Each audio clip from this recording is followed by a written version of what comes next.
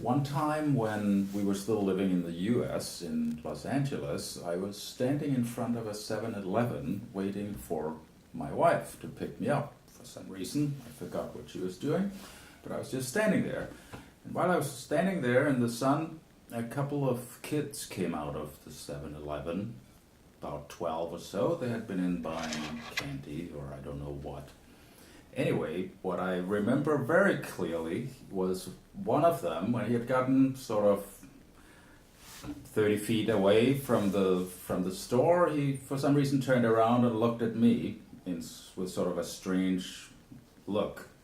And then he took a coin and he threw it through the air.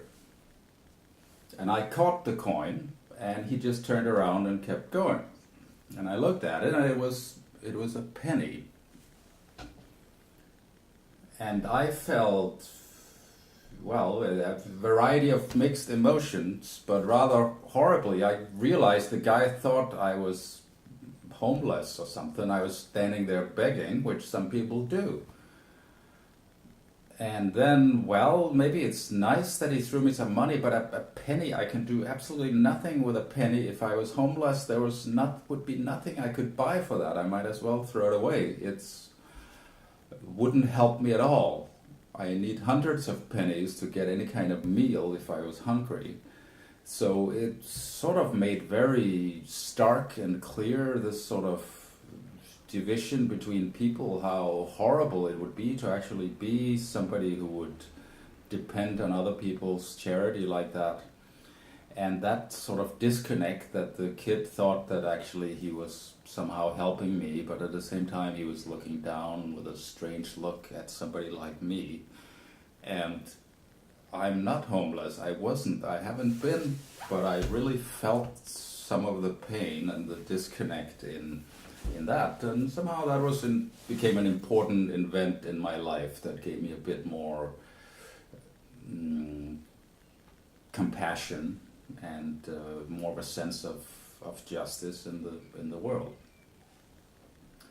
But now one could look at it totally differently. I got a penny. Like one way of looking at it, Stuart Wilde was a well-known motivational speaker and metaphysical teacher, and he also talked a lot about abundance and how to get rich kind of thing.